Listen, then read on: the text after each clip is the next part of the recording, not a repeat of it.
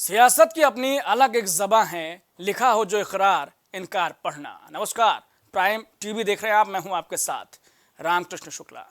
PM Narendra Modi ने पूर्व उप प्रधानमंत्री लाल कृष्ण आडवाणी को भारत रत्न दिए जाने की घोषणा की है। देश के सर्वोच्च सम्मान दिए जाने की घोषणा के बाद से ही पीएम मोदी और आडवाणी के बीच के रिश्तों की चर्चा हो रही है। चर्चाएं तो आडवाणी और पीएम पद की कुर्सी को लेकर भी हो रही है।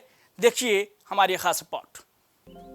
अपनी किस्मत के गलियारों में उन तल्ख फिजाओं को क्या नाम दूं, सामने बैठी भी तुम ही हो और इंतजार भी तुम्हारा ही है। वो माशुका है प्रधानमंत्री पद की कुर्सी और वो आशिक कोई और नहीं, भाजपा के भीष्म पितामह कहे जाने वाले आडवाणी हैं, जिन्होंने अपने खून पसीने को तराजू में रखकर अपनी उम्र को नीलाम कर दिया, लेकिन उस कुर्सी के बेवफाई ने उन्हें उम्र भर तरसाया। और आखिर में जब आडवाणी अपने बीते हुए कल के ख्यालों की नुमाइश करते होंगे तो उनकी रूह से एक आवाज जरूर निकलती होगी कि अपने वजूद को नीलाम कर दिया हमने, तेरे इंतजार का सौदा महंगा बहुत पड़ा। इसे इंतजार नहीं तो और क्या कहेंगे कि सन 1951 से अपने सियासी जीवन की शुरुआत करना, कभी पार्टी का सूत्रधार कहे जाने का गौरव, तो कभी लौह पुरुष का सम्मान, कभी देश की सबसे पहली गैर कांग्रेसी सरकार के मंत्री भी रहे, तो कभी भाजपा के संस्थापक सदस्यों में से एक भी, कभी रथ यात्रा के कर्णधार बने, तो कभी खुद पार्टी के अध्यक्ष। आडवाणी का कद बड़ा होते होते इतना बढ़ा कि गिरफ्तार भी हुए तो सम्मान से, और जब बाहर भी आए तो पूरी आन बान और शान से। राम जन्म स्थान के साथ हमारी जय पराजय जुड़ी हुई है। बाबर वहां आते हैं, आकर के उसके कोई सूबेदार उस मंदिर को गिरा करके मस्जिद बनाते हैं। तो ये मंदिर मस्जिद का झगड़ा नहीं, ये भारत के विजय पराजय का झगड़ा है। तब लगा कि आडवाणी प्रधानमंत्री बनने के बेहद करीब हैं।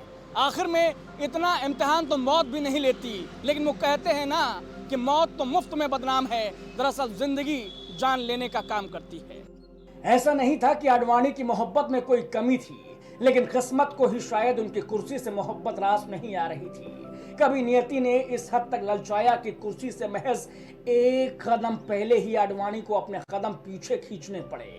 लेकिन 2004 में भाजपा जब पूरे शबाब पर थी और अटल जी ने सियासत से संन्यास ले लिया था, 2009 के गमों ने और 2014 के नमों ने वरिष्ठ आडवाणी को ऐसा तोड़ा जिससे कि जुड़ पाना शायद मुमकिन नहीं था। लेकिन आडवाणी के उन्हीं जख्मों पर मरहम की दवा तैयार की जा चुकी है। बीजेपी के वरिष्ठ नेता और देश के पूर्व उप प्रधानमंत्री लाल कृष्ण आडवाणी को सर्वोच्च नागरिक सम्मान भारत रत्न से नवाजा जाएगा।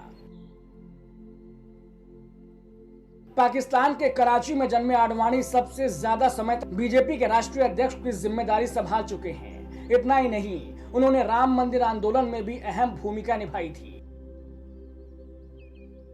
सियासत में नियति की विडंबना ही रही कि बीजेपी के सूत्रधार कहे जाने वाले अटल आडवाणी की जोड़ी को भारत रत्न तो मिला, एक को मरने के बाद तो एक को मरने से पहले।